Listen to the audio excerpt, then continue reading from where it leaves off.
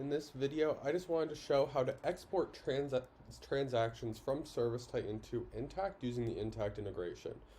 In this video, I actually do not have the Intacct integration set up on this ServiceTitan tenant, but I can still show you how batching works inside of ServiceTitan, as well as I'm going to go into the knowledge base and show you how how to set up the auto batching functionality within their system. So in order to batch an item, all you have to do is come over here to the accounting tab, click select a batch, and let's say you want to create a new batch. So I'm just going to call this batch today's date.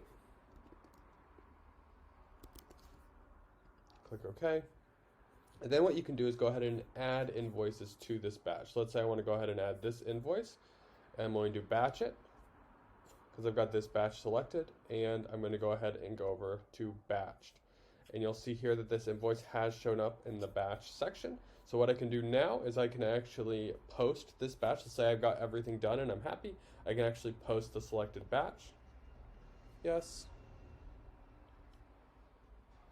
There we go. So that's going to load, and it's actually going to mark that batch as posted. So now that it is posted, I can either view all my posted batches, or I can actually export to Intacct. In this tenant, it's QuickBooks Desktop, but you can actually export this batch to Intacct using this button here. So actually, you just have to be inside of a posted batch to export it.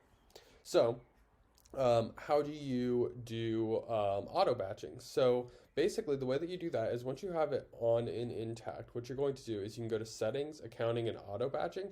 And basically, Intacct has some really cool auto batching features where you can group transactions by cadence. So basically, you can auto batch transactions together or individually, and basically just kind of group the transactions that you want by business unit, by payment type. You can do all sorts of stuff. So basically, Intacct's integration with ServiceTitan can allow you to really automate a lot of those batching processes. And so this is definitely worth a drill down.